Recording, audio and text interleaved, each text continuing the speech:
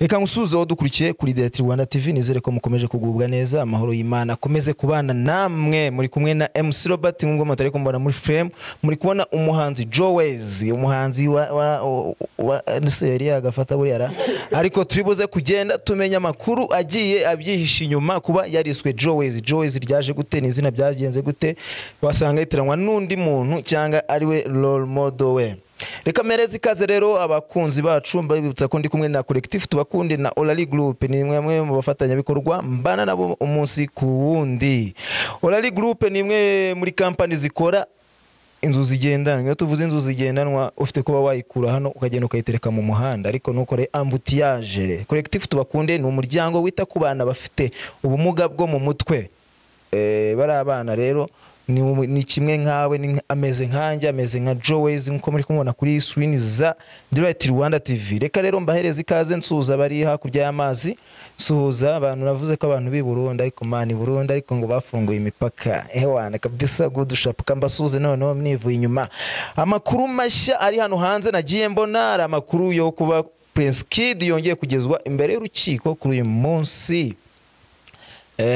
Makuru muyakoresha icyo mushaka, ariko nziko abamuburanisha cyangwa bamwe batanga buhamya babemeye no munsi, ngira ngo bagera kuri 5 bagomba kuba nabo bari mu rukiko kuri uyu munsi. Ngira ngo urubanza rurimo nimba rutararangira, ntago ndamenya ngo bimeze bite. Murabizi ewana ibintu biri hano kuri uyu mubumbe ni byinshi cyane. Reka rero ngomeze kubahereza ikaze mwebwe mudukurikiye kuri Direct Rwanda TV. Muri kubona JOEWAYZ ngiye rero nkunda umujama nyine winja, nimba ari JOEWAYZ yari umuhanzi atayinja muri acapella, ndagufasha mikoro wowe none baje babona akaboko kanjye ariko yes JOEWAYZ tugwaye ikaze kuri Direct Rwanda TV. Yo murakoze ko mikaze. Amazina yanjye ni JOEWAYZ aka Lucius Boy, the big man, the baddest in the city, aka MUNYEMPANO Chaka turya kanu duheleyo. That's it, my first song, my first release yakozwe na Laser Beat, yo ndimo ita MUNYEMPANO by JOEWAYZ. JOEWAYZ ashaka kurya akantu ashaka kuvuga nakahe? Akantu ashaka kuvuga kari agapome tu. Okay, ibyo twumvaga ngo agatunda nawe nayisinze, ariko ubwo urumva ari agapome, wazakarimbya agapome. Hoya ntago naririmba agapome, uko urumva ndirimbya agapome naba meze nk'ushaka kugendera muri sanse y'uwaririmbya agatunda. Icyo twivugiraga twara ahantu munsi y'igiti cy'amatunda, umuntu yashaka kwirira agatunda. Twara ahantu y'igiti cy'amapome, twashaka kwirira agapome tupana agatunda. Yes, ngo nashaka kwirira agapome. Rero komeje kubahereza ikaze, uyu ni JOEWAYZ, umusani kabisa, ni umusani mu rugo ni he man? Man, hood zacu aho dutuye ni Kaksiri, ni adi Siri neza kabisa. Bishatse kuvuga he man? Muji wallahi. Kaksiri ubundi ni umujyi wa Kigali, urumva. Aho benshi bazi nka Kacyiru, ariko iyi generation yacu nyine ni Kaksiri kabisa. Indirimbo ngo Mia? Indirimbo bayita MUNYEMPANO cyangwa se My Love. My love, ndashaka ngo turya kanu. Ewana butinde, nanjye ndashaka kurya kuga pome.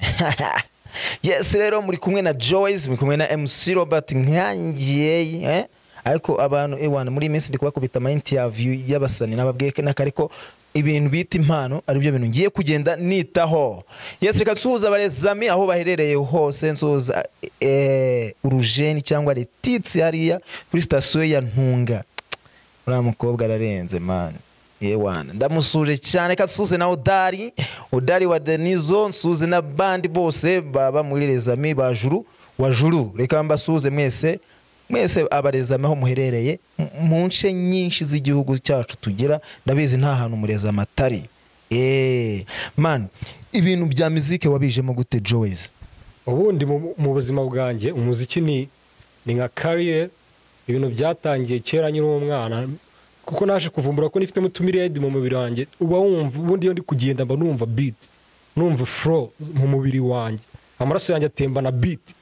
Urabyumva rero iyo ndi kugenda uzareba kenshi niyo ngenda mba ngenda ubona ameze nk'umuntu urimo uragenda urapa nanga kunonera isi cyane. Abantu banyweye ibiyobyabwenge niba barimo baragenda gutyo banyweye ku mugongo w'ingona. Abantu banyweye ibiyobyabwenge n'umuntu uririmba cyangwa se urapa cyangwa se ukora ikintu iki byose related to the music, akenshi uzarebe n'aba producer cyangwa uzarebe abacuranzi, iyo acuranga nagacuranga nk'igiti, acuranga ameze nk'umuntu urimo urarapa. Ibira nibyo twita flow. Rero ibintu nyine uba wumva ibintu bimeze nka hari vibes, zira ni vibes z'umuhanda. Ubwo urumva rero umuziki kutangira na utangiye ndi umwana aho nagiye ndirimba ahantu hatandukanye ngenda nandika imirongo itandukanye biza kurangira nisanze stuka bisahita mbakubita mi amor bakubita back to me urumva ni ingoma nziza cyane zakozwe n'abaproducer b'abahanga mwazazumva kuri channel ya Country Update Show. Yes, Country Update Show. Mujyeho mukore subscribe, mujyeho mumushyigikire JOEWAYZ kabisa abikora neza. Uririmba ihe njyana bro? Ndirimba Afrovision na Afrozouk, nibagiwe na Afrobeat. Akenshi usanga nibereye mu Afro. Mbere naririmbaga rap ariko nza gusanga nyine ntago biri gutwika neza ita nigira mu Afro kuko ariyo duharaye abantu benshi cyane. Yo muharaye. Azi ko mu biharaye muri benshi ubwo bizabatunga mwese. Nuko ari byo bicuruza muri iyi minsi.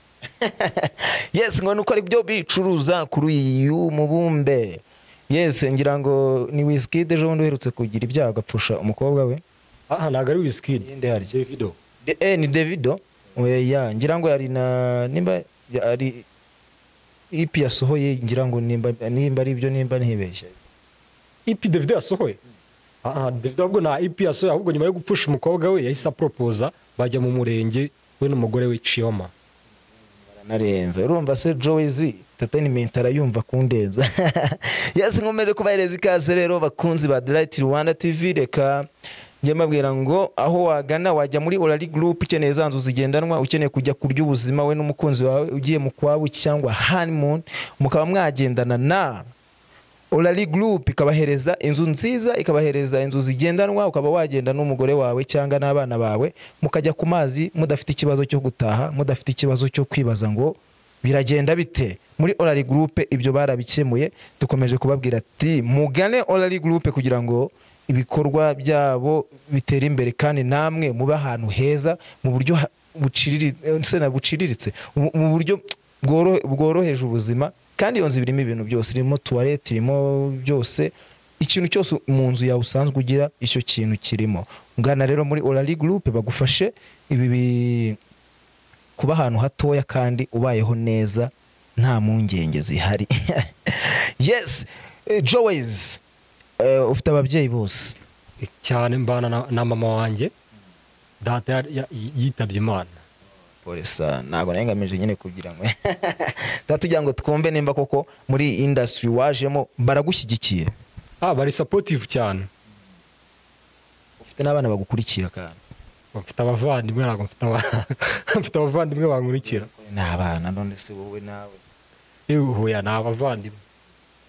Kuko ubundi umwana umuntu mwita ko ari umwana, yari umwana wawe. Ese ari indirimbo z'amashusho waba indirimbo ufite amashusho yabiri hanze abantu bakurikira? Hari amashusho bita Back to Me yakozwe na Seprodavi bagenda bakareba. Mujyeho mukandeho mani, mubyondeho wa mugani w'abarundi. Kuri subscribe umukande n'agashya mubitanga ahantu hose ku mugabane w'Uburayi hehe. JOEWAYZ twumve ko izina rye ryahinduka. JOEWAYZ uba wumva ugeze ku ntego yawe wahindura iki muri ibintu by'injyana ya muzika yo mu Rwanda cyangwa bijyanye na secular? Mba numva ndamutse ngize amahirwe nkajya on the top, aho mbasha ngeze on the top, ikintu cya mbere nakora no guteza imbere impano ziri mu bapeti b'Abanyarwanda. Impano uri gushaka gushyigikira abandi bana, ubwo no kuvuga ngo wabusubiye mu mateka ntaho nawe wavuye. Abari ibintu bikaze kugira ngo ukore music and then promoting, ubone hari ukuntu ukora umuziki ugaflopinga n'ukuntu ukora umuziki ugaboosting. Rero kugira umuziki boosting cyangwa ubashe kuba wagera aho ushaka kugera, bisaba kuba ufite supportive group cyangwa se abantu bagutera inkunga.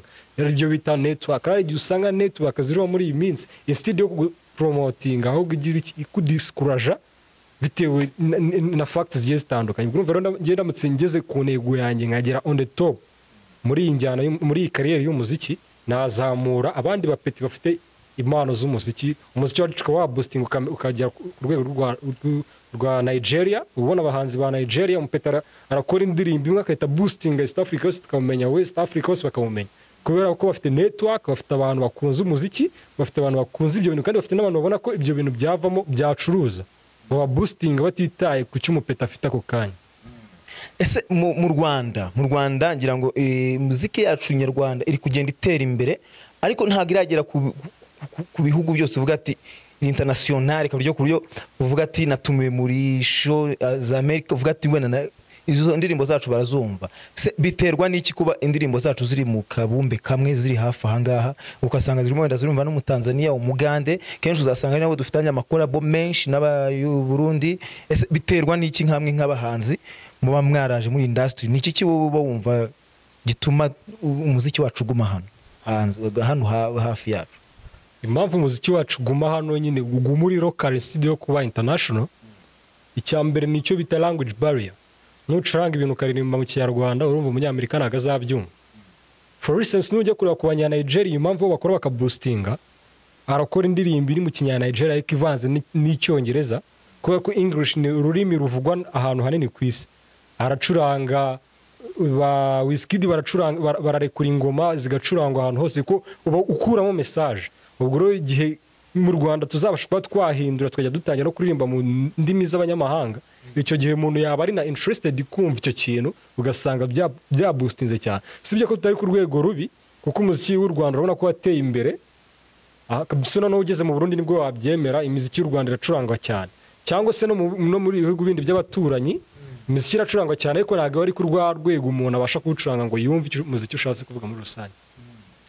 Yes, wenda nyakwigendera Iva Bravan ubushize yigeze kujya muri ari amarushanwa ngira ngo yo mu France amanukana igikombe cyo kuba ari umuhanzi mwiza.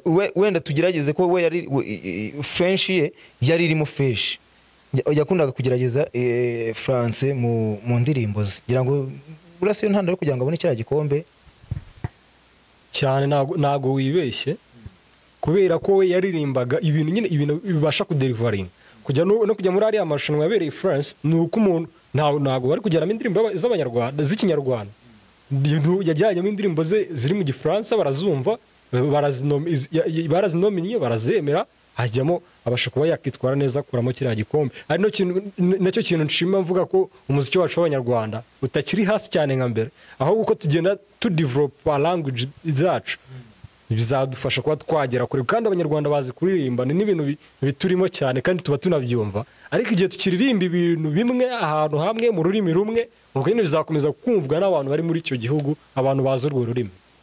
Hari igihe natwe mu batwohereza indirimbo zabo kandi zitarimo ntuza nta bindi bivanzemo z'abanyamerika, kandi ugasanga zakunzwe, natwe abanyarwanda turimo turayumva cyane, nayo iri hit cyane. Kiss Daniel impamvu u Rwanda rwateye imbere cyane, abapeti benshi b'abanyarwanda cyangwa se urubyiruko cyangwa abantu b'abanyarwanda benshi barize, bageze mu mashuri barize, bavuga France, bavuga icyongereza, ariko siko abandi banyamahanga bavuga ikinyarwanda. Ubasha kuvuga icyongereza ariko siko umunyamerika avuga ikinyarwanda. Ubwo urumva ko bakizi ariko nabo bamaze kukimenya manda, uko ari umuzungu ejo bundi twahuye waramutse ngo amakuru nabo bamaze kubimenya, ariko usanga ariko niyo baje muri Kigali iriya Beka Arena, usanga nabo barimo bararirimba, bari kumva indirimbo zizaba Kisiz zaba Ishkevin, ugasanga nabo bari ku joining nyine, ukumva nyine bari bameze fresh, nabo kumva ugasanga nyine kuvuga ati byazanima amakosa nakoze yanoje byose, kumva nyine nabo bari kujya buriya rero ari utari kubasha gutandukanya lyrics z'indirimbo na beat cyangwa instrument zikoze iyo. Uko dukunda nanone nose tuba dukunze lyrics cyangwa tuba dukunze beat. Nyine cyo nshaka kukubwira aho ngaho umuzungu abakurikiye iki, abakurikiye ya beat na za instrument uby'indirimbo icurangitse, ari ukuntu byina rese uko wakuze ubyina indirimbo za Bob Marley wumvaga ibyo avuga, ko wakuze ubyina indirimbo za Lucky Dube wumvaga ibyo avuga, ariko kuko ko indirimbo icurangitse nibyo bishaka kukwatrakta n'ubwo ibintu waba utari kubyumva, ariko kumva ni ibintu bibyinitse kuntu ukanaho ikarangira nayifasha. Uzarebe nk'ingoma za ele, ingoma nyinshi akunda gukora akorera abahanzi b'abanyarwanda, uzarebe ukuntu ziboosting kubera uburyo ziba zicurangitse. Yes, reka ewana JOEWAYZ kabisa afite byinshi akabwiye abanyarwanda. Reka tugana ku musozo, wabwira iki abantu bakiri kuri hasoringa nkawe bashaka izina kandi bakeneye kugira aho bajya, ni iki wababwira? Ni bakomeze bashyiremo intege bagenzi ba bakomeze bashyiremo intege, bakipinga nyine, nibacika intege tu, urakora bigaflopinga, ejo ugakora bikaboostinga. Ni nk'uko ujya gukora akazi ukabura amafaranga ejo ukayabona, nta gucika intege muri rusange. Yes, rero reka mbashimire mwese mwari mukurikiye The Light Rwanda TV, mukurikiye JOEWAYZ JOEWAYZ ni umusanimani turya kantu guys reka muze murya kantu kwa JOEWAYZ man mujye kuri YouTube harya bayita Country Update Show mujyeho mubyondeho cyangwa mukandeho mumuhereze man gukandaho ntago ari ibintu biba bigoye kari akantu kugakanda si ibintu bigoye bana rero ucyumva ibyo bintu jyaho itukanda wumve JOEWAYZ no afite ihe mpano bigeze hehe ibyo bintu biraba bimeze neza reka nshimire abari badukurikiye kuri Direct Rwanda TV reka nshimire waduhaye